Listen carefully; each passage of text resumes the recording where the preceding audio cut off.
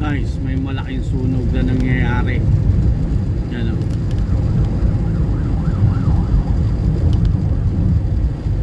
Dito yan sa may papuntang Marikina.